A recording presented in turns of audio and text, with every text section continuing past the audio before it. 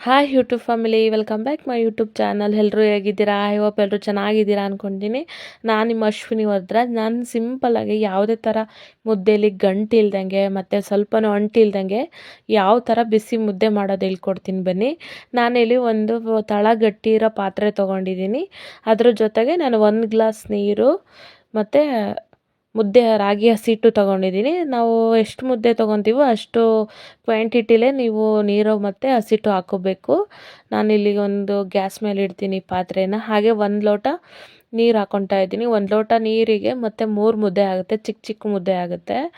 ಅಂದರೆ ನೀವು ಎಷ್ಟು ಕ್ವಾಂಟಿಟಿ ಎಷ್ಟು ಬೇಕಷ್ಟು ನೀರು ಹೆಚ್ಚಿಸ್ಕೋಬೋದು, ಹಸಿಟ್ಟು ಹೆಚ್ಚಿಸ್ಕೋಬೋದು.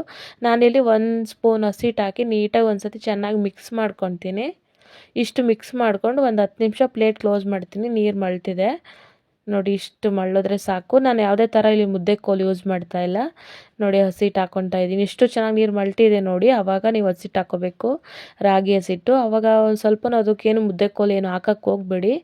ನಾನಿಲ್ಲಿ ಮುದ್ದೆ ಕೋಲು ಯೂಸ್ ಮಾಡ್ತಾಯಿಲ್ಲ, ರೊಟ್ಟಿ ದಬ್ಬೆ ಯೂಸ್ ಮಾಡ್ತಾಯಿದ್ದೀನಿ, ಅಂದರೆ ಹಲ್ಲೆನ.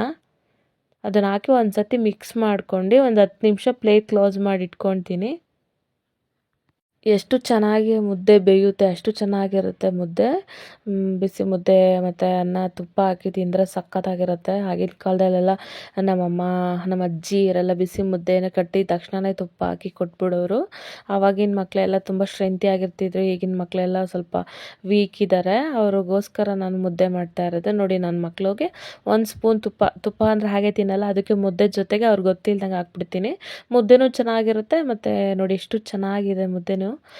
ಮುದ್ದೆನೂ ಚೆನ್ನಾಗಿರುತ್ತೆ ಮತ್ತು ಅವರು ತುಪ್ಪನೂ ತಿಂತಾರೆ. ನೋಡಿ, ರೆಡಿ ಆಯಿತು ಬಿಸಿ ಮುದ್ದೆ. ಯಾವುದೇ ಥರ ಗಂಟು ಇಲ್ಲ ನೋಡಿ, ಅಂಟು ಇಲ್ಲ.